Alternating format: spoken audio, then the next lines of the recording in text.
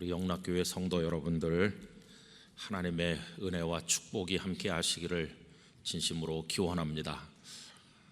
여느 때 같으면 우리 영락가족 특별 새벽기도회를 모여서 아이들도 함께하고, 또 기도회가 끝나면 식당에 가서 같이 아침 식탁을 나누는 교제를 하고요. 또 그때 먹는 컵라면 맛이 쏠쏠하고 그랬는데, 이번에는 가정에서 드리게 돼서 참으로 마음이 섭섭하고 아픕니다. 그렇지만 이번 기회를 통해서 예배의 소중함과 또 하나님의 예배당에 나오는 게 얼마나 축복이었는가 하는 것을 우리 다시 한번 배우는 기회가 되기를 간절히 바라고, 여러분, 어제부터 119 대작전이 시작이 됐는데 잘 감당하고 계시는 줄로 믿습니다. 그래서 열심히 믿음으로 달려가 주시기를 부탁을 드리겠습니다. 오늘 이 말씀을 선택을 하게 된 것은, 오늘 이 말씀이 보여주는 내용이 지금 우리 대한민국이 맞이하고 있는 상황과 너무나도 닮았다고 생각이 들기 때문입니다. 여러분, 오늘 이야기는 다윗 왕의 이야기인데요, 이 다윗이 인생의 출발선에 섰을 때 그가 어떠한 모습이었습니까? 그의 모습이 제일 먼저 등장하는 것은 사무엘상 16장, 사무엘 선지자가 오셔서 그에게 기름을 부음으로 이스라엘의 왕이 될 것을 알려주던 바로 그때입니다. 아직 어린 아이죠. 그런데 그때 이 다윗은 아무것도 없어요. 정말 아무것도 없는 소년에 불과했습니다. 8 형제 중에 꼴찌인데다가 아무것도 가진 것이 없는 빈 털털이이기도 했다, 이렇게 말할 수가 있습니다. 그때 사무엘 선지자가 와서 너는 이스라엘의 왕이 될 사람이다, 이렇게 말했지만 그에게 뭐가 있었습니까? 다윗을 왕으로 추대하기 위한 무슨 특별위원회가 있었던 것도 아니고, 또 군사작전을 위해서 병력이 필요한데 그 병력을 모아오는 조직이 있었던 것도 아니고, 또 그걸 운영하려면 많은 재력이 필요한데 그에게 재물을 대주는 사람이 있었던 것도 아닙니다. 심지어는 기름을 부은 사무엘조차도 그 길로 떠나버렸습니다. 그와 함께 하지 않았어요. 우리 생각 같아서는 사무엘이 곁을 지키면서 사람들에게 소개하기를, 여러분, 이 소년을 잘 봐두세요. 지금은 아직 어리지만 머지않아 이스라엘의 왕이 될 인물입니다. 내가 그의 후견인입니다. 내가 그를 도와서 반드시 왕이 되게 할 겁니다, 이러면서 다녔다면 사무엘을 온 이스라엘이 존경하던 터이니까 다윗에게 큰 힘이 될 수가 있었겠죠. 그런데 그것도 아니었어요. 떠나버렸으니까요. 기름을 붓긴 했지만 아무것도 생긴 게 없는 겁니다. 가족들이 그를 우습게 생각하는 건 여전했습니다. 17장으로 가서 보시면 골리앗과 블레셋이 침략했을 때 아버지 심부름으로 전쟁터에 그가 갔는데 그 형님 엘리압이 얼마나 그를 심하게 질책하는지 그 내용을 읽어보면, 야, 다윗은 정말 인정받지 못했구나, 꼴찌였구나, 빈털털이었구나 하는 것을 알 수 있습니다. 아무것도 없었어요. 그런데 사무엘이 오셔서 그에게 기름을 부음으로 그에게 하나가 생겼어요. 아무것도 없던 그에게 하나, 그 하나가 뭡니까? 하나님이시죠. 그래서 그 사무엘상 16장 읽어보면 그날부터 하나님의 신이, 여호와의 신 성령께서 그 위에 있었다고 돼 있어요. 아무것도 없지만 다윗에게는 하나님이 계셨습니다. 여러분, 하나님이 계시고 나자 그 다음부터 다윗은 모든 순간에 그 하나님께 엎드리게 됐어요. 골리앗과 싸울 때도 만군의 하나님 여호와의 이름으로, 또 이스라엘의 군장이 된 다음에도 언제나 하나님을 신뢰하였습니다. 내가 하나님의 이름을 의지하고 성벽을 뛰어넘나이다, 그런 고백을 시편에서 하지 않습니까? 적진을 향해 달려갈 때도 하나님 이름 하나 믿고 달려갔어요. 여러분, 나중에 사울 왕에게 쫓길 때 그에게 뭐가 있었습니까? 아무것도 없죠. 그래도 그는 동굴 속에서 숨어 있을 때도, 여러 황무지를 전전할 때도, 힘들고 어려울 때도 늘 하나님 앞에 탄원하며 기도하였습니다. 시편의 상당 부분이 바로 그러한 다윗이 하나님 의지하는 모습을 보여주고 있습니다. 그래서 다윗은 자신의 생애 전체를 통틀어서 아무것도 없이 출발했지만 하나님을 의지하고 하나님이 전부가 되시고 하나님은 그의 미천이셨어요. 하나님께서는 꿈도 주셨고 꿈을 이루어갈 의지와 용기도 주셨고 그리고 그에게 기회들도 주셨고 나중에 보니까 사람도 그에게 붙여주셨습니다. 한 사람 한 사람 그에게 돌아오는 이들이 많아져서 처음엔 한 400명, 나중엔 한 600명 그렇게 되더니 나중에 유다 지파가 다 다윗을 왕으로 추대했고 또 시간이 지난 다음에는 이스라엘 12지파 전체가 와서 당신이야말로 우리의 왕이 되셔야 될 분입니다 이렇게 했어요. 그리고 얼마 후에는 주변 나라들이 그 앞에 무릎을 꿇게 되니까 영에서 시작된 그의 인생이 엄청난 것으로 채워진 걸 볼 수 있어요. 근데 그걸 가능하게 만드신 분은 한 분 하나님이셨습니다. 여러분, 이게 다윗의 인생이죠. 그래서 우리는 깨닫는 겁니다. 비록 오늘 내가 가진 게 없어도 하나님만 내게 계시다면, 비록 내가 사람들에게 큰 지지를 받지 못해도 하나님의 지지를 받는다면, 비록 내가 의지할 데가 없지만 하나님만 내 편에 계시다면 나는 승리하리라, 이런 믿음의 용기를 가질 수가 있는 겁니다. 여러분, 그런데 오늘 읽은 역대상 21장의 말씀은 무엇을 보여주고 있나요? 참 유감스러운 다윗의 나중 모습을 우리들에게 한 장면 보여주고 있습니다. 아무것도 없어서 하나님 한 분으로 승리했던 다윗인데 오늘 본문에 오면 딴 사람처럼 바뀐 것을 보게 됩니다. 어느 날 그가 군대 장관인 요압을 불러서 전 이스라엘 영토에 다니면서 칼을 뺄 만한 인구, 다시 말하면 군사의 숫자가 몇 명이나 되는지 확인해 보도록 시키게 됩니다. 여러분, 오늘 말씀 1절과 2절을 보세요. 사탄이 일어나 이스라엘을 대적하고 다윗을 충동하여 이스라엘을 계수하게 하니라. 이제 인구 조사를 한 건데 사실은 병사의 숫자를 조사한 겁니다.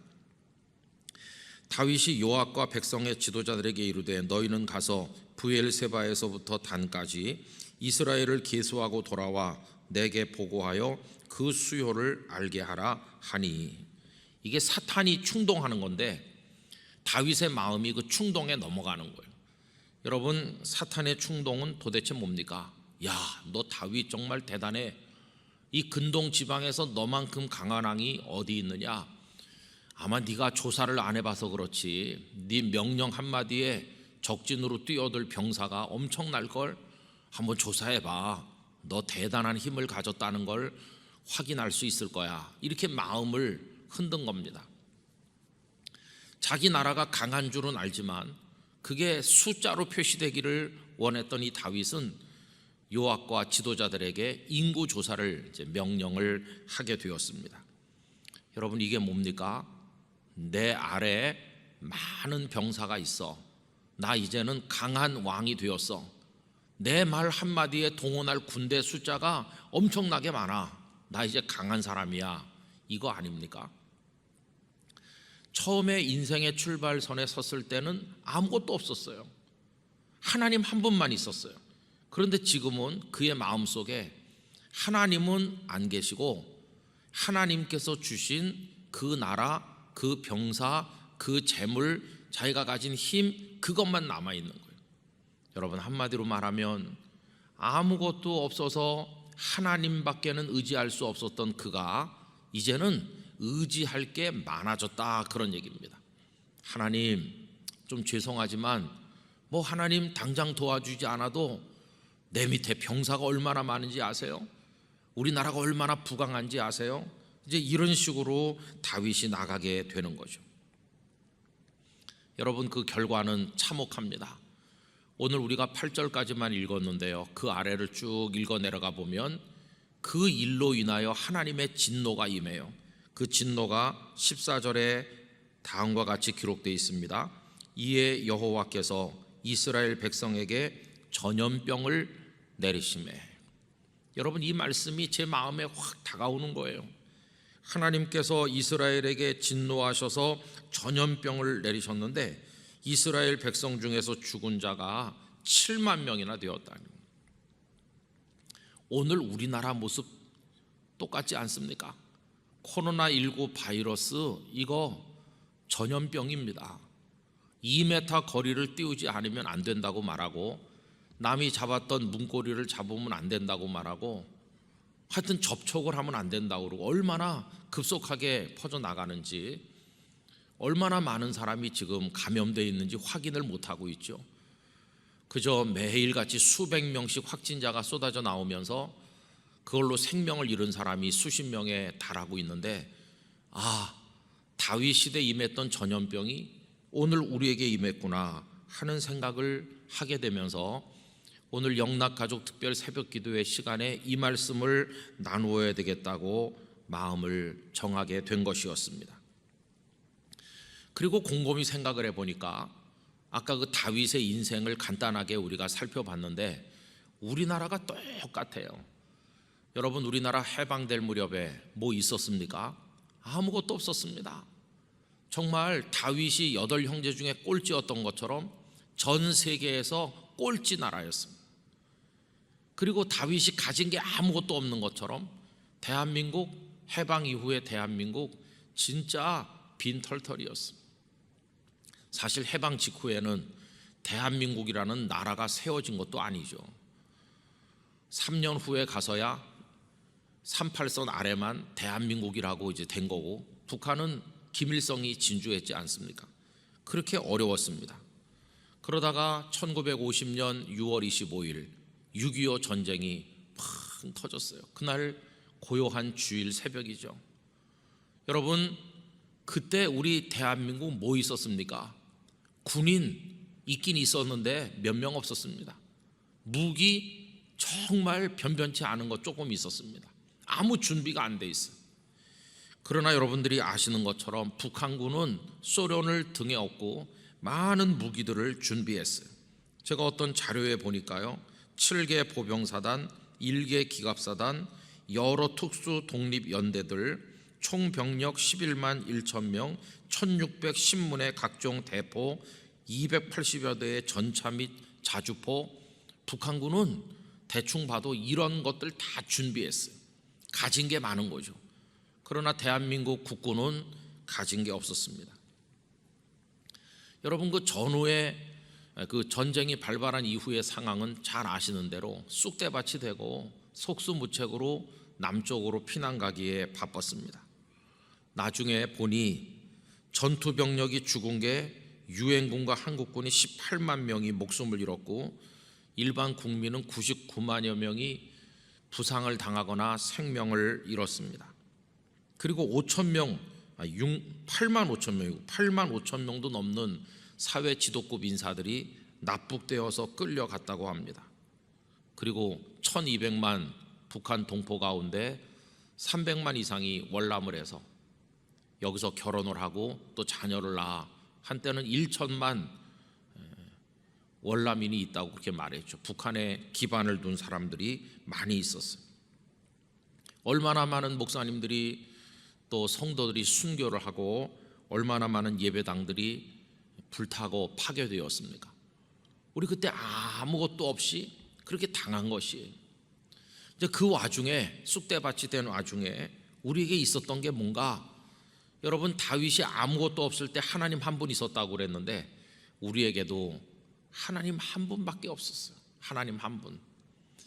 호소할 때라고는 하나님밖에 없었습니다. 그래서 임시 수도가 부산에 정해지고 교회와 성도들 많은 피난민들이 부산으로 모여서 평소 부산 인구의 3배, 4배 막 넘쳐갈 그 무렵에 어떤 기도가 부산서 올려졌습니다. 유명한 기도회가 두 교회에서 열리는데 하나는 부산 중앙교회에서 열렸습니다. 부산 중앙교회에서 구국 기도회가 열렸는데 여러분, 그 구국 기도회를 준비하고 중심에 서서 기도회를 인도한 분은 다름 아닌 한경직 목사님이셨습니다. 그리고 좀 떨어진 초량교회에서도 나라를 위한 회개 기도회가 열렸는데 그때 거기 한상동 목사님이라든지 또 박영용 목사님이라든지 이런 분들이 중심이 돼서 기도회가 뜨겁게 열렸어요. 왜? 하나님밖에 없으니까. 그때 가진 거라고는 하나님 한 분밖에 없으니까. 이제 전선이 낙동강 그 아래만 조그만큼 남아있고 아무것도 없으니까 할 거라고는 하나님 붙드는 것밖에 없었어. 얼마나 그 기도의 열기가 뜨겁고 눈물로 회개했는지. 하나님, 일제시대 때 신사참배했던 우리 죄를 용서해 주세요. 해방의 전국에서 평화로운 화합을 이루지 못하고 정당들이 난무하면서 권력 투쟁을 일삼았던 우리를 용서해 주세요. 한국 교회가 서로 정죄하면서 신사참배 한쪽 하지 않은 쪽 갈라져서 싸웠던 이런 교권 다툼 용서해 주세요. 하나님, 당신밖에 없습니다. 성도들이 모여들어서 눈물로 가슴을 쥐어뜯으면서 하나님 한 분밖에 없다고 기도를 했는데 그 기도의 열기가 얼마나 뜨거운지 한 주간 동안 하고 또 연장을 해갖고 한 주간을 더 했어요. 그런데 이 기도회가 끝나고 나서 3일 후에 무슨 일이 있었는지 아세요? 바로 그 3일 후에 놀랍게도 인천 상륙 작전이 성공적으로 이루어지게 됐어요. 여러분, 아무것도 없었는데, 하나님밖에 없었는데, 그래서 하나님 의지했더니 기적 같은 인천 상륙 작전이 성공하게 되었고 우리는 살게 되었습니다. 인천 상륙 작전 또한 유엔에서 안보리를 통과하고 결정되는 과정이 기적 같다고 하는 걸 여러분 아시잖아요. 이 시간에 다 말씀드릴 수는 없지만 도저히 실현될 수 없는 일이 실현됐어요. 그 이후에 유엔의 역사에서 그렇게 일사불란하게 많은 병력을 어느 한 나라를 위해서 보낸 일이 없습니다. 그때는 정말 그 16나라 군사들 또 여러 지원 병력들이 우리나라에 와서 우리를 돕지 않았습니까? 여러분, 아무것도 없었는데 다윗이 하나님을 의지했더니 꿈도 주시고 기회도 주시고 사람도 보내주시고 다 보내주신 것처럼 우리 아무것도 없었는데 하나님 한 분 붙들고 기도했더니 유엔군도 보내주시고 승리할 기회도 주시고 다시 이만큼이라도 남게 하시고 하나님의 교회들이 전국 방방곡곡에 세워지게 하셨어요. 그뿐입니까? 얼마나 우리나라가 잘 살게 됐습니까? 전 세계에서도 가장 풍요롭게 먹고 입고 누리고 살아가는 나라가 되게 해 주시지 않았어요. 마치 아무것도 없던 다윗이 강대한 나라의 왕이 된 것과 마찬가지였어요. 우리가 그 다윗이 경험한 은총의 시간을 그대로 경험을 했다고 말할 수 있습니다. 그런데 여러분, 유감스럽게도 오늘 본문에서 다윗이 저지르고 있는 실수를 지금 우리나라가, 우리 교회가 저지르고 있다는 겁니다. 아무것도 없을 때는 하나님만 의지했던 다윗이 나중에는 자기 군사가 몇 명이나 되나 하면서 사람을 의지하는 마음으로 이게 바뀐 게 오늘 본문의 내용인데, 여러분, 지금 우리는 하나님 의지하나요? 우리 대한민국은 지금 하나님 의지하나요? 아닌 것 같습니다. 우린 가진 게 많아 이러고 있잖아요. 우리나라가 세계 10위권 안에 드는 무역 대국이고 세계 11위, 12위 되는 경제력을 가졌고 이제 우리나라 60만 대군이 있고 우리도 최첨단 무기들을 많이 가지고 있고 우리 인터넷 아주 많이 보급돼 있고 우리 월드컵도 올림픽도 개최했었고 우리나라 이제 센 나라가 됐어. 이러면서 우리 마음이 세지고 있어요. 교만해지는 거죠. 하나님은 우리 마음에서 점점 잊혀지고 있습니다. 하나님밖에 없다고 했을 때는 하나님 앞에 엎드려서 부르짖었어요. 아까 말씀드린 것처럼 부산 지역에 그런 기도회가 있었고 그리고 그 이후에는 전국 곳곳에 얼마나 많은 구국 기도원들이 세워졌습니까? 우리가 흔히 삼각산이라고 부르는 거기만 해도 골짜기마다 밤을 새워서 나라를 위해 기도하는 기도원들이 많이 있었죠. 그런데 경제가 좀 나아지면서 배부르게 먹게 되면서 하나님 빼고도 우린 가진 게 많아 이렇게 되면서 기도원을 찾는 사람이 점점 줄게 됐어요. 이제 하나님을 안 찾는 거죠. 자기 주머니 속에 있는 걸 믿고 사는 겁니다. 그리고 뭐 자연 보호한다고 그러면서 골짜기마다 있던 기도원들을 강제로 다 철거해서 쫓아냈습니다.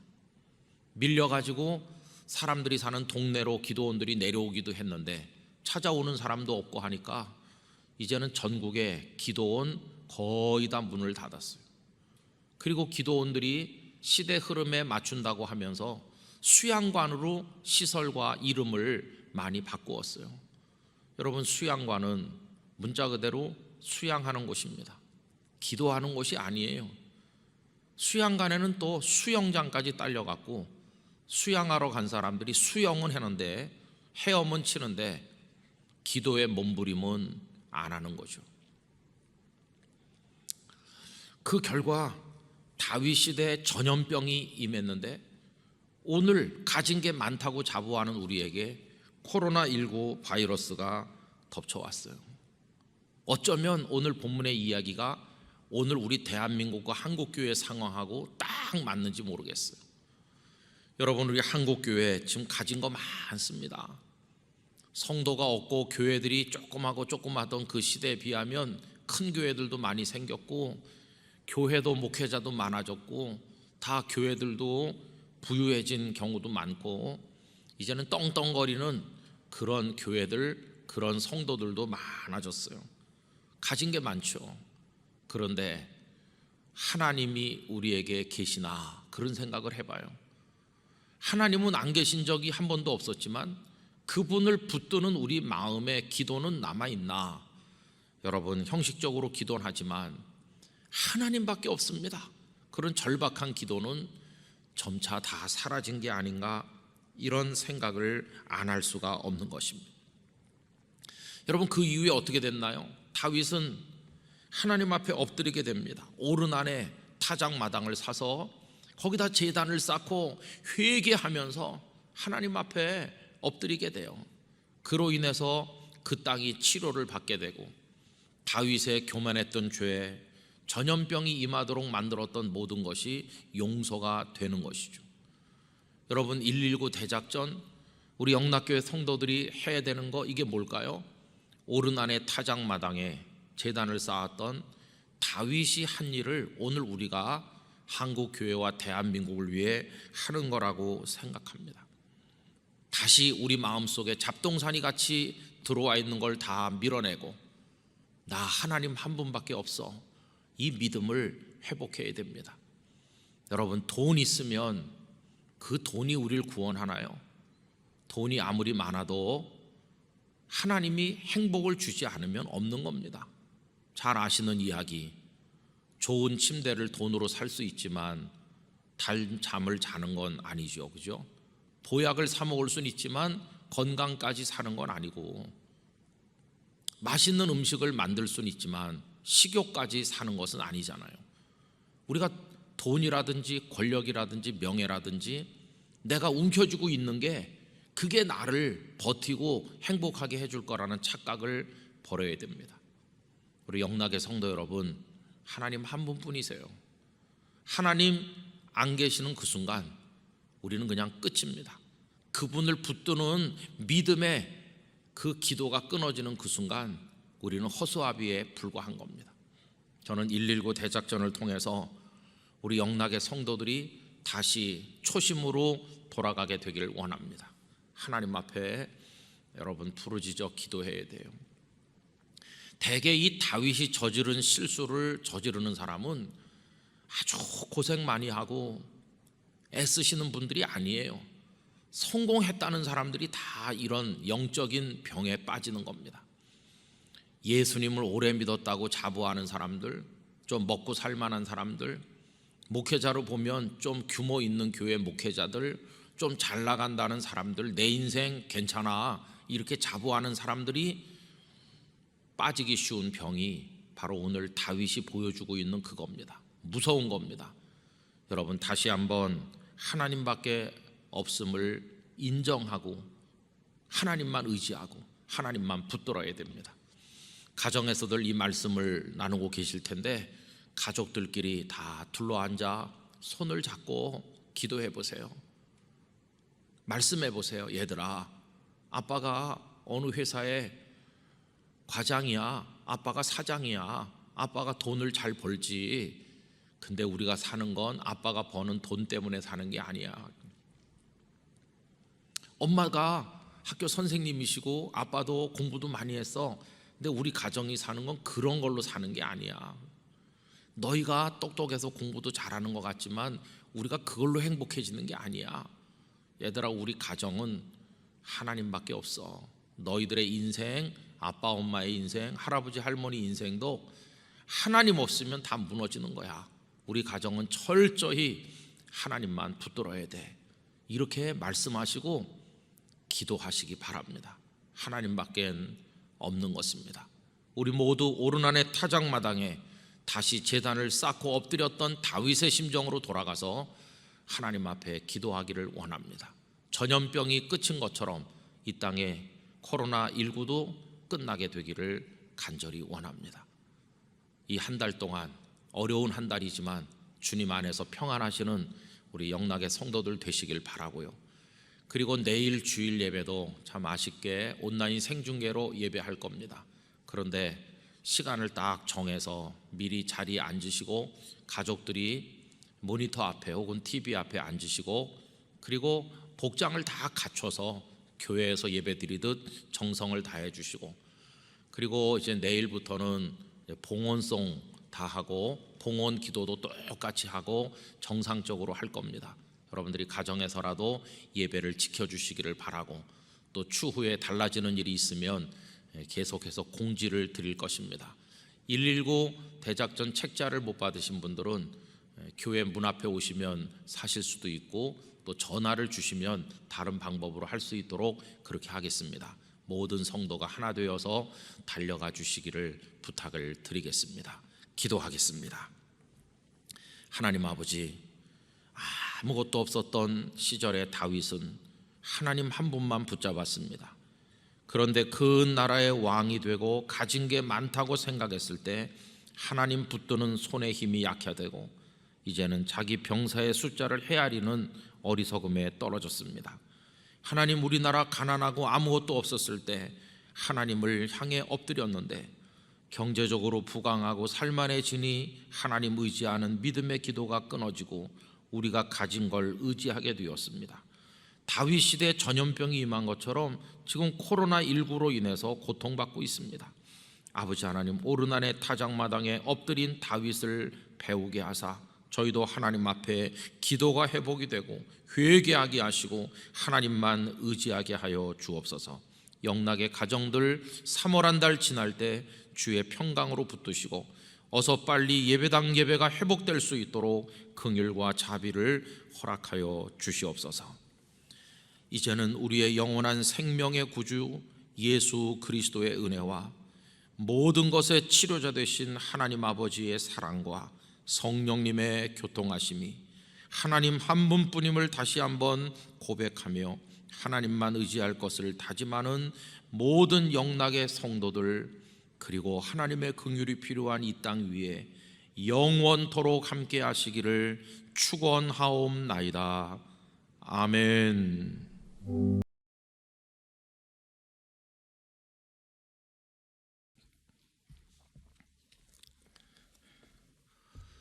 새로운 달 4월을 맞이하였습니다. 하나님께서 우리들에게 새로운 시간을 주셨으니만큼 또 이 시간을 잘 견디고 우리에게 주어진 사명을 따라서 삶을 지켜나가는 것이 우리의 사명일 것입니다. 시간을 주신 하나님께서는 감당할 수 있는 능력도 지혜도 다 허락해 주실 거라고 믿습니다.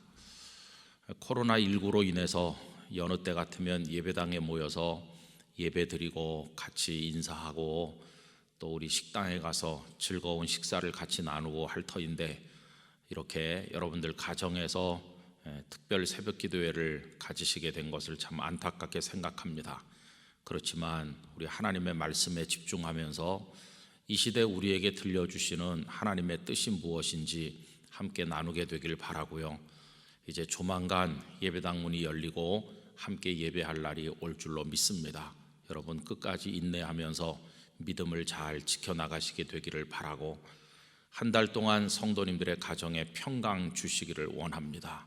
이 한 달 동안 병약하던 성도들은 호전되시길 바라고, 입원 중에 있는 성도들은 퇴원하시기를 바라고, 또 이제 온라인 개학을 하는 우리 자녀들 하나님께서 가정에서 학습을 잘 할 수 있도록 규칙적인 생활도 하고 또 적응도 잘해서 이제 순차적으로 온라인 개학 그리고 또 학교 등교하는 일이 4월 중엔 이루어질 것으로 기대를 하는데, 우리 자녀들의 학업에 진보가 있기를 간절히 바라고, 또 직장의 문들이 다 닫혀서 취업을 앞둔 젊은이들이 지금 절벽 아래 선 것처럼 어렵지만 여러분 잘 감당하면서 좁은 틈새라도 열어주시는 하나님의 은혜가 있을 줄 믿습니다. 잘 헤쳐나가기를 바라고요. 자영업에 종사하는 우리 영락 가족들, 또 경제적으로 직장이 힘들어서 애쓰시는 분들 많으신데 여러분 어떻게 해서든지 잘 이겨나갈 수 있는 힘을 허락해 주시기를 진심으로 원합니다. 꼭 우리 주님을 의지합시다. 우리가 의지할 분은 주님밖에는 없습니다. 그래서 오늘 이 어려운 시기에 우리가 어떻게 새로운 한 달을 또 감당할 것인가 생각을 하는 가운데, 오늘 읽은 말씀을 통해서 제가 얼마 전에 마음에 큰 위로와 용기를 얻었기 때문에 오늘 이 말씀을 성도님들과 함께 나누려고 합니다. 오늘 읽은 말씀을 전후로 굉장히 어려운 처지에 떨어져 있는 한 사람을 우리가 만나는데요, 다름 아닌 다윗입니다. 다윗은 골리앗을 물리친 이후에 떠오르는 태양처럼 이스라엘 백성들 앞에 등장했습니다. 그리고 많은 사람들이 그를 칭송했죠. 심지어 사울은 천천이라고 하는데 반해서 다윗은 만만이라고 할 정도로 다윗을 환호하고 그의 인기가 대단했습니다. 사울 왕은 그를 군대 장군으로 삼았는데 이 다윗은 믿음으로 또 지혜롭게 잘 행해서 가는 데마다 연전연승을 하게 되었고, 많은 사람들이 다윗을 주목해서 바라보며 따르는 사람들이 생기게 됩니다. 그러다 보니까 그 사울 왕은 그를 결국은 견제하게 됐는데, 손에 넣고 견제하기 위해서 그가 택한 방법은 사위를 삼는 것이었죠. 또 사울의 딸 미갈이 다윗을 사랑한다는 걸 알게 돼서 결혼을 시켰는데, 사울은 결혼까지도 다윗을 죽이는 기회로 삼으려고 시도했었고, 사위가 된 다음에도 그를 계속해서 어렵게 하였습니다. 그러다 결국에는 다윗을 본격적으로 죽이기로 작정을 했고, 그를 옹호하는 아들 요나단에까지 창을 집어 던질 정도로 미워했죠. 결국 그는 요나단의 도움을 받으면서 하나님께서 피하게 하신 데 따라서 이제 궁궐을 벗어나서 도피 생활을 하게 됩니다. 그가 정확히 몇 년 동안이나 도망가는 그런 삶을 살았는지를 정확히 알 수는 없지만은 그게 짧은 시간이 아니었으리라고 하는 게 일반적인 견해입니다. 이제 그러는 과정에 그를 따르는 사람들이 생겨나기 시작했습니다. 여기저기서 억울한 일을 당한 사람들, 자신의 딱한 사정을 어디서 해결할 수 없는 사람들이 미래를 내다보면서 다윗에게로 와서 합류를 했고, 이제 그런 사람들의 숫자가 한 600명 가량이나 됩니다. 근데 그들이 홀로 온 것이 아니고 나중에 블레셋에 망명 갔을 때 보면 그들이 제각기 가족을 거느리고 왔기 때문에 모르긴 몰라도 다윗이 그때 데리고 다닌 사람이 수천 명에 이르렀던 것 같습니다. 그렇지만 아무리 다윗이 세력을 모아서 다닌다 하더라도 그는 쫓기는 신세에 불과하고 사울 왕은 살아있는 권력이었습니다. 그에게는 이스라엘의 정규군도 있었을 것이고, 또 사울의 권력에 줄을 대려고 하는 많은 사람들이 있었던 거죠. 다윗이 어디로 가면 지금 다윗이 이리로 피신해 있습니다, 이렇게 정보를 사울에게 전달하는 사람들이 있었다는 겁니다. 오늘 읽은 말씀도 그 중에 하나인데요, 다윗이 도피하고 있는 사실을 10사람들이 사울에게 가서 이제 알려주게 됩니다. 사울이 그들의 정보를 듣고 가서 다윗이 어디로 어떻게 숨는지 그가 워낙 공교하게 아주 교묘하게 지혜롭게라고 돼 있지만 사실은 아주 민첩하고 교묘하게 그런 뜻이겠죠.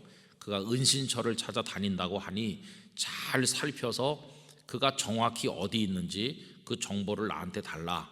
그럼 내가 군대를 끌고 가서 그 다윗을 잡아낼 것이다. 그러니 시시각각으로 다윗은 위험 앞에 서게 되는 것입니다.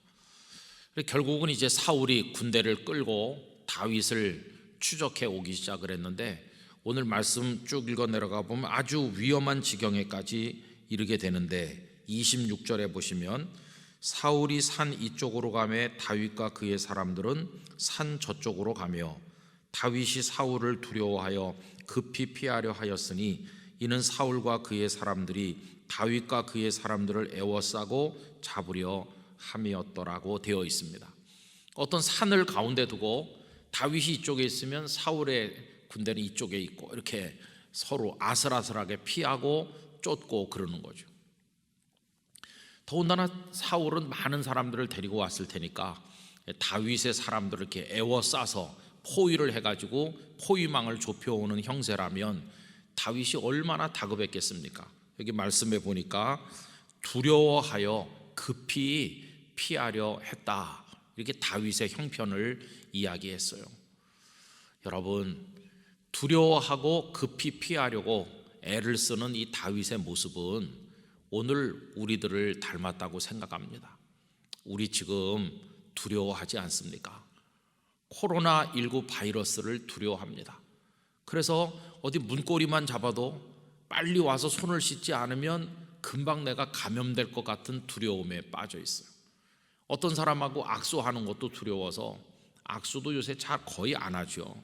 이제 먼 발치로 쳐다만 보거나 마주 서서 말하는 것도 두려워하거나 두려움이 엄습하고 있어요.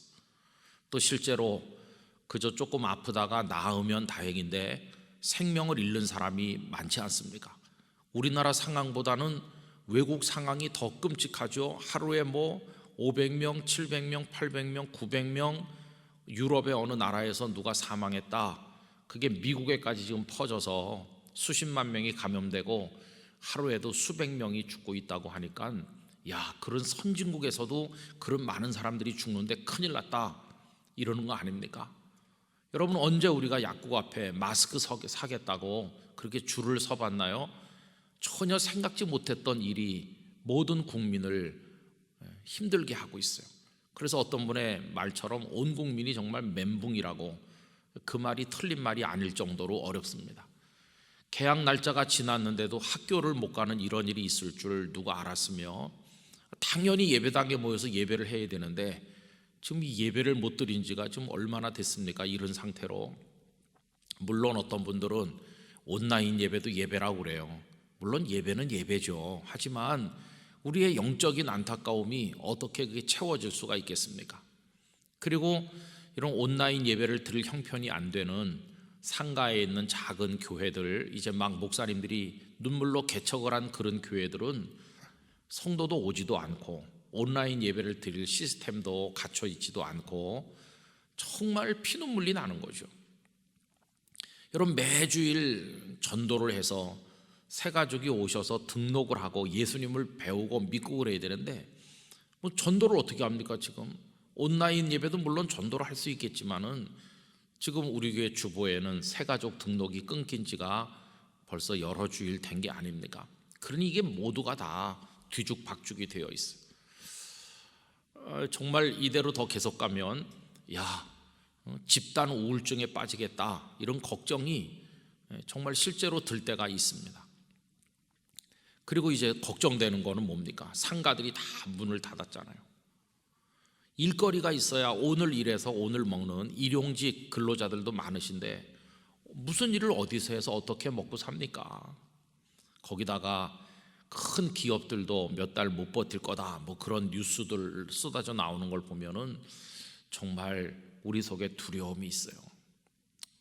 사울의 막강한 군대가 다윗을 에워싸고 계속 추적하는 것처럼 우린 쫓기는 신세고 포위당하는 신세고 지금 형편이 그렇습니다. 두려워하여 급히 피하려 했던 다윗의 모습이 오늘 우리들의 모습이죠. 근데 제가 이 말씀을 묵상하면서 크게 위로를 받은 것은 뭐냐 하면, 아주 위험한 지경에 이르러서 다윗의 마음이 뭐라고 표현하기 힘들 만큼 어려운 그때 하나님께서 그를 건져주시더라는 거예요. 다윗을 건져주신 하나님, 오늘 우리를, 이 대한민국을, 한국교회를, 이 땅에 사는 인류를 건져주시기를 원하는 것입니다. 우리를 건져주시기를 원하는 것이죠. 근데 하나님께서 건져주시는 방법이 참 특이한 것이에요. 아무도 생각하지 못했던 방법이죠. 갑자기 전령들이 사울 왕에게 찾아옵니다. 그래가지고 급한 소식을 전해주는데, 오늘 본문 27절입니다. 전령이 사울에게 와서 이르되 급히 오소서 블레셋 사람들이 땅을 침노하나이다. 블레셋이 쳐들어온 거예요. 블레셋이 쳐들어와서 국경을 넘어서고 이렇게 하니까 사울이 다윗을 추격하는 것도 그에게는 중요한 일이었겠지만은 우선 외적을 막는 게 더 시급한 거 아닙니까? 그러니까 사울은 사울대로 다윗을 추격하는 걸 포기하고 블레셋 사람을 막기 위해서 군사를 돌려서 갈 수밖에 없는 거죠. 사울이 떠나니까 다윗은 살게 된 거죠. 하나님께서 다윗을 건지시는 방법이 아주 특별했어요. 한번 생각을 해보세요. 사실 다윗에게는 사울 왕도 적이고 블레셋도 적입니다. 그렇죠? 블레셋이 어떻게 다윗의 적입니까? 그가 골리앗을 때려 눕히지 않았어요. 골리앗이 블레셋의 장군 아닙니까? 그러니까 블레셋 사람들은 다윗에 대해서 이를 갈고 있는 거죠. 다윗과 블레셋은 같이 거하기 힘들 정도의 적입니다. 사울은 지금 당장 다윗을 죽이려고 하니까 눈앞에 적이고요. 둘 다 적이에요. 근데 그 중에 한 적인 사울에게 체포돼서 끌려갈지도 모른다는 두려움이 그를 엄습하고 있는 터인데, 또 하나의 적인 블레셋이 쳐들어옴으로 오히려 다윗은 살게 되는 거예요. 여러분, 둘 다 적인데 한 적이 와서 다른 한 적을 견제함으로써 다윗이 살게 되는, 여러분, 이런 상황을 누가 예측이나 했겠습니까? 또 블레셋 사람들은 이스라엘을 자기들이 쳐들어가면서 자기들이 이스라엘을 침략하는 이 일이 다윗에 대한 증오, 그들은 다윗을 죽이고 싶어 할 텐데 오히려 그 일이 다윗을 돕게 될 줄 그들이 알기나 했겠습니까? 전혀 몰랐겠죠. 그들은 그저 단순한 생각으로 이스라엘을 침략한 것인데 자기들도 모르는 사이에 자기들의 최대의 적인 다윗을 돕는 결과가 된 것이, 여러분, 그걸 그들이 미리 알았더라면 이렇게 하진 않았을 것 같습니다. 결국 하나님께서 다 이렇게 정리하시는 거죠. 사울이 다윗을 덮치려고 할 때 하나님께서는 블레셋을 데려다가 사울을 치게 하심으로써 다윗을 벗어나게 하셨어요. 블레셋이라는 적이 이때만은 다윗에게 그 어떤 세력보다도 요긴한 우군처럼 다윗에게 도움이 된 걸 볼 수 있어요. 오늘 그래서 말씀의 제목을 적군도 우군이 되게 해주십시오 하는 제목을 정한 것입니다. 분명히 적인데 결과를 놓고 보면 내게 도움이 되고 나를 살게 만들어주고 생각지 못했던 은총을 경험하게 해주는, 적이 우군이 되는 그런 결과가 다윗에게 있었는데 우리에게도 그런 일이 있기를 바라는 것입니다. 여러분, 저는 지금 우리가 코로나19라고 하는 적을 맞이하고 있다고 생각해요. 코로나19라는 적은 마치 우리를 추격하는 사울 왕과 같아요. 지금 코로나19에 거의 잡혀가지고 어쩔 수 없는 지경에 이르러 있는 거 아닙니까? 그런데 이 코로나19가 오히려 우리에게 우군으로 바뀔 수도 있겠다, 그런 생각이 드는 거예요. 여러분, 코로나19가 어떻게 우리에게 우군이 될 수 있을까요? 이 코로나19로 인해서 또 다른 적을 우리가 물리칠 수도 있기 때문이에요. 사실 코로나19가 우리에게 덮치기 전에 우리는 다른 적들이 많이 있었죠. 우리에게 예를 들면 신천지라는 적이 있었죠. 우리가 신천지에 적극 대응을 못하고 있는 동안에 이번에 우리 정말 깜짝 놀랐습니다. 신천지가 곳곳에 있는 줄은 알았고 기성교회에 스며들어와서 성도들을 유인해 간다고 하는 걸 우리 알고는 있었고, 그런 일을 하는 사람들이 추수꾼이고 교회를 통째로 집어삼키려고 하는 그들의 작전을 산 옮기기라고 한다, 뭐 그런 얘기를 우리가 알고는 있었는데 그들이 그렇게 숫자가 많이 늘어난 줄은 몰랐어요. 전국에 수십만 명이 있다는 사실을 알았을 때, 거기 또 유력한 이들도 포함되어 있다는 걸 알았을 때 이번에 온 국민들이 정말로 놀랐을 거예요. 물론 곳곳에 이단을 연구하는 학자들이나 목회자들이 계셔서 신천지의 잘못된 가르침을 밝혀내고 그들이 얼마나 가정을 파괴하고 젊은이들의 앞날을 망가뜨리는지 연구를 안 한 건 아니에요. CBS 같은 방송국이 또 앞장서서 신천지를 공격하고 이렇게 하기도 했지만 그들이 위장된 이름을 가지고 암약하고 교묘하게 젊은이들 속으로 들어가고 하는 것을 우리가 제대로 막지 못했어요. 그런데 이번에 코로나19라는 적이 쳐들어옴으로써 우리의 또 다른 적이었던 신천지가 만천하에 나타났어요. 온 국민들이 신천지의 실체를 어느 정도는 다 알게 됐어요.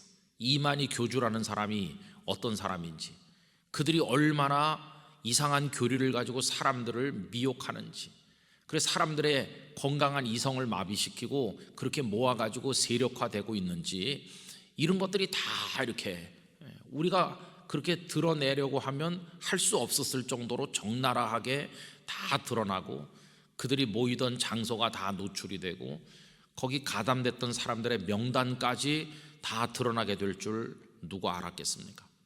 여러분, 하나님께서 코로나라고 하는 적을 우리에게 보내셔서 신천지라고 하는 한국교회의 적을 물리쳐 주시는 그런 일을 우리가 경험하고 있는 것입니다.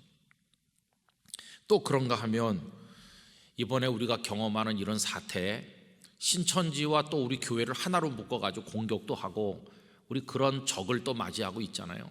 그렇지만 이걸 통해 또 다른 적을 우리는 또 물리치고 있다고 생각하는데, 그 또 다른 적 중에 빼놓을 수 없는 적은 우리 속에 언제부터인지 자리 잡고 있는 교만이라는 적이라고 생각합니다. 여러분, 그동안 우리 교만했죠. 이 입 가지고 그 교만한 생각을 말로 다 표현했죠. 이 손 가지고 우리의 교만한 생각에 따라 행동하며 살았죠. 그거 정말 이기기 힘든 적이었어요. 그 교만이라는 적에 완전히 사로잡혀서 결박당한 채 노예처럼 끌려가는 우리들의 모습 아니었습니까? 그런데 신천지를 비롯한 이런 여러 가지 고통이 한꺼번에 코로나19며 다 같이 옴으로써 우린 지금 마스크를 씀으로써 교만이라는 무서운 적으로부터 벗어나고 있는 중이죠. 왜요? 할 말 못할 말 다 쏟아내던 우리가 마스크를 가지고 입을 가렸잖아요. 유구무원이죠. 두 손을 가지고 더러운 일 많이 했던 우리가 이제는 계속 손을 씻음으로써 정결한 삶을 바라보게 되지 않았습니까?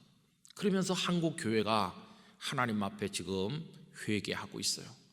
이렇게 예배당 문을 열고 성도들이 다 모여 예배할 때 감사할 줄 모르고 모여서 그 안에서 우리의 욕망을 분출하면서 우리끼리 얼마나 갈등하고 교회가 분열되고 교단들이 갈등하고 그랬습니까?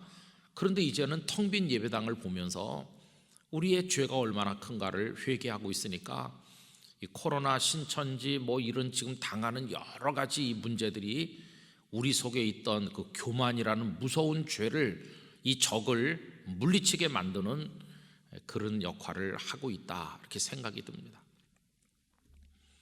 뿐만 아니라 우리 속에는 감사할 줄 모르는 그런 영적 무지라는 적도 있었어요. 감사할 줄 모르죠. 다 우리가 훌륭해서 먹고 사는 줄 알고 그랬는데 이런 사태가 오고 나니까 우리가 배부르게 하루 세 끼 먹고 우리 아이들이 학교를 가고 이렇게 살았던 일상의 모든 것이 하나님의 은혜임을 다 까먹고 살았었는데 그걸 다시 깨닫게 되는 그런 결과가 우리에게 오고 있지 않습니까? 우리 속에 감사할 줄 몰랐던 그 완고한 굳어버린 마음이라고 하는 무서운 적도 이번에 이 사태들로 인해서 우리가 조금씩 이겨낼 수 있게 된다고 생각하는 것입니다. 그래 제 마음속에는 이런 궁극적인 믿음이 하나 있습니다. 코로나19 그로 인한 신천지 사태, 그리고 한국교회가 공격받는 이런 일, 그리고 경제적인 어려움, 이런 게 다 지금 우리에게 적처럼 쳐들어오고 있지만 이것들이 적으로만 끝나지 않도록 하나님께서 바꾸실 것이다. 이것들을 통해서 우리가 물리치기 힘들어했던 또 다른 적들을 하나님께서는 물리쳐 주실 것이다. 그래서 적이 결과적으로 우리에게 우군이 되는 그런 은혜를 우리에게 주실 것이다. 이런 믿음을 가지고 이 진행되는 모든 상황을 바라보고 있는 것입니다. 저는 우리가 경험하고 있는 오늘의 이 상황이 진짜와 가짜를 구별하는 계기도 만들어 줄 거라고 생각합니다. 그저 편안하게 하나님 앞에 있었던 사람들은 다 탈락할 겁니다. 그러나 정말 하나님을 사랑하고 하나님을 경외하고 하나님 없이는 못 사는 사람들은 이 어려움 속에서 기도를 더 많이 하게 될 것입니다. 더 하나님께 매달리게 될 것입니다. 그래서 오히려 우리의 신앙이 정금같이 연단되는 기회가 될 거라고 생각합니다. 그래서 여러분, 코로나 문제, 그로 인해 파생된 신천지, 한국교회가 당하는 어려움, 경제적인 어려움, 이 적들이 계속 앞으로도 우리에게 올 텐데 저는 이 적을 우리의 우군처럼 바꿔주실 하나님의 은혜도 그 뒤에 같이 따라올 것이라고 분명히 믿습니다. 그래서 여러분, 너무 절망하지 말고 좌절하지 맙시다. 하나님 어떻게 그걸 뒤집어서 우리에게 복이 되게 하실지 알 수 없으니까 궁극적으로 우리가 의지하고 바라볼 분은 하나님 뿐이신 것입니다. 이번에 그 감염 얘기들이 이제 뉴스로 나오면서 성도님들의 귀에 이것을 부산의 그 온천교회라는 교회가 있지요. 이 온천교회는 고신측 장로교단에 속해 있습니다. 그 온천교회에서 감염자가 이제 나왔다고 지난 2월 달에 보도가 많이 됐어요. 그런데 그 온천교회는 제가 아주 잘 아는 교회입니다. 그 온천교회가 고신측에 있고 그 목사님도 부산 교회를 위해서 정말 많이 헌신하시는 목사님이셨고 이제 은퇴를 하셔서 새로운 목사님이 오신 지 얼마 안 됩니다. 근데 그 교회가 어떤 간증을 가지고 있느냐 하면은 예배당 건물이 낡았습니다. 그래서 장로님들과 성도들이 의논한 끝에 이 예배당을 리모델링을 하자. 그래가지고 성도들이 헌금을 열심히 하셔서 또 기도하면서 이제 리모델링을 하게 됐어요. 대대적인 수리를 하는 겁니다. 그래서 어떤 업체를 정해가지고 다 맡겼죠. 그래 공사가 이제 진행이 되는데 그만 저 천정 쪽에 공사를 하는 과정에서 화재가 발생한 겁니다. 그래서 성도들이 소식을 듣고 막 예배당으로 달려와서 모였을 때는 홀랑 다 탔어요. 거기가 그 동네 온천들이 있고 난 거기서 그렇게 멀지 않은 곳인데요. 그 예배당이 완전히 전소됐어요. 화재라는 적을 맞이한 거예요. 화재. 얼마나 충격이었을까요? 리모델링 한다고 헌금하고 기도했는데 다 타서 내려앉은 예배당을 보면서 성도들이 땅을 치고 울고 그렇게 했죠. 감당하기 어려웠습니다. 그런데 보세요. 적이 왔는데, 화재라는 적이 왔는데 하나님은 그 적이 적으로 남지 않게 하시고 오히려 그 교회를 돕는 우군이 되도록 바꿔주셨습니다. 성도들은 잿더미 위에서 하나님 앞에 기도했습니다. 그리고 회개했습니다. 그리고 다시 다 원점으로 돌아가서 하나님만 의지하기로 결심을 한 것입니다. 그 결과는 무엇일까요? 성도들은 리모델링을 하려고 시작했지만 이제 어쩔 수 없이 신축을 해야 되는 상황이 왔고, 그래서 예배당을 신축했어요. 예배당을 아주 잘 짓고요. 그리고 그 교회가 그 지역의 중심 교회로 우뚝 서게 되었어요. 하나님께서 적이 왔는데 나중에 보니까 그게 은혜였어, 이렇게 바꿔주신 것을 볼 수 있습니다. 여러분, 코로나가 왔고 그로 인해서 많은 그 다음에 오는 후유증들이 우리를 덮치고 있어요. 이게 지금 다 적입니다. 그러나 우리가 영적인 눈으로 바라보면 그게 적이 아니고 그게 고통이기만 한 게 아니라 우리를 돕는 우군으로 온 것이었어. 하나님께서 그걸 통해 우리에게 새로운 은혜를 주셔서 이렇게 깨닫게 되는 결과를 주실 거라고 분명히 믿습니다. 여러분, 모든 일은 그 반대면이 있는 것입니다.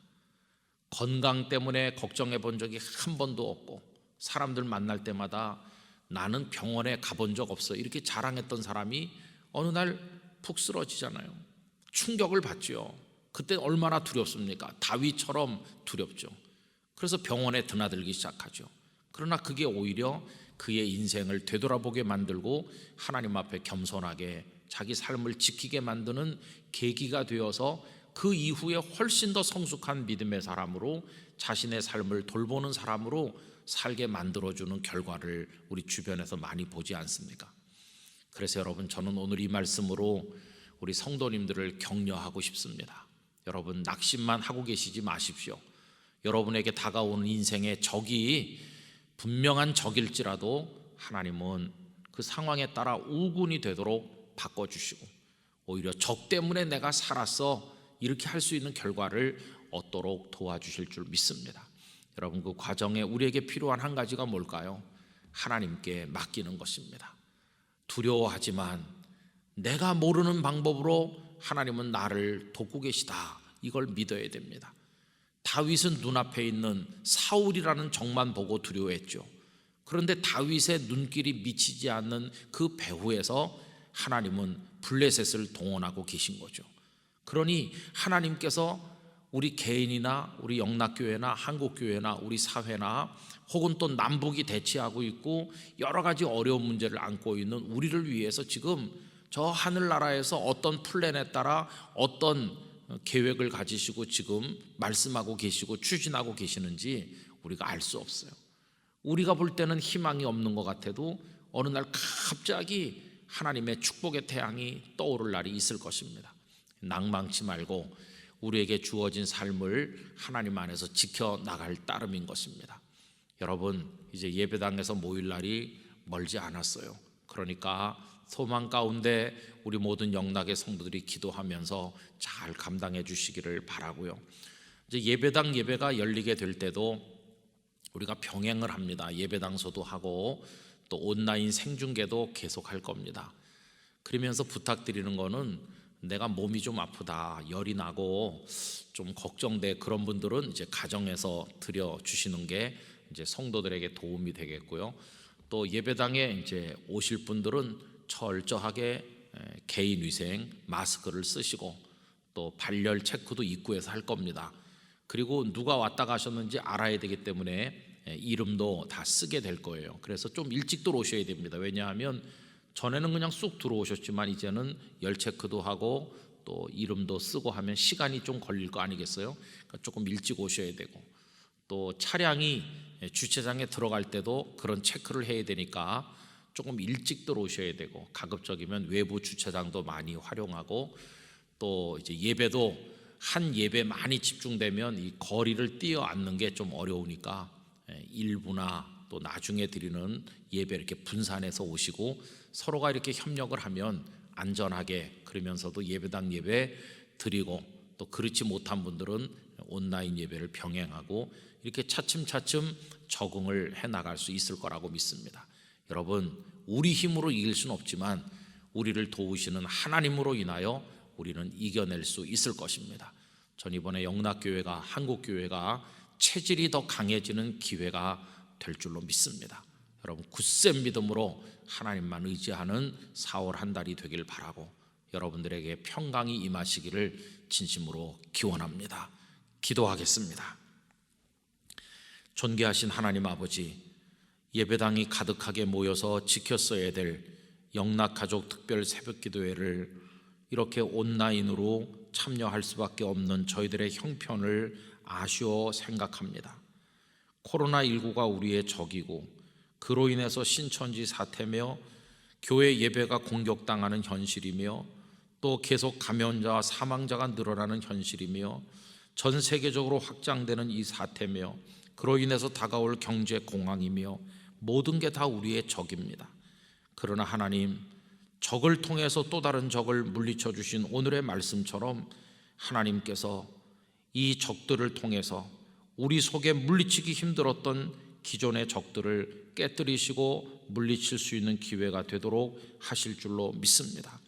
아버지 하나님의 섭리를 바라보게 하여 주시고 하나님께서 이루어 가시는 오묘한 일들 앞에 겸손히 머리를 숙이도록 인도하여 주시옵소서. 아버지 하나님, 화가 변하여 복이 되게 하실 하나님의 은혜를 바라보면서 영락의 성도들이 가정생활, 또 직장생활, 공부하는 일, 미래를 개척하는 일, 하나님 앞에 엎드려 기도하며 119 대작전을 통하여 영적 싸움에 승리하는 모든 일에 최선을 다하도록 도와주시기를 원합니다.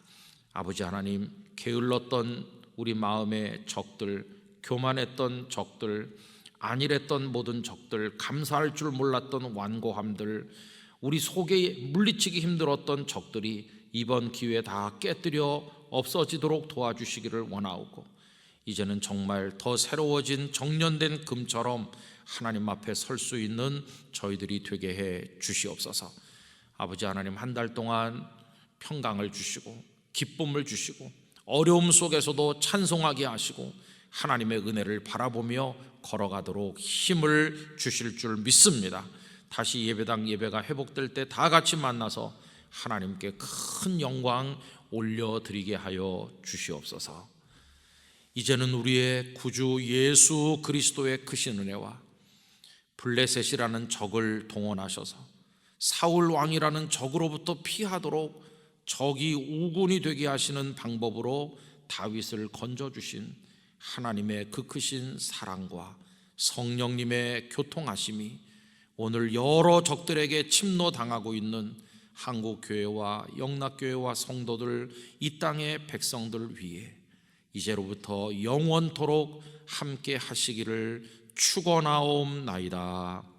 아멘.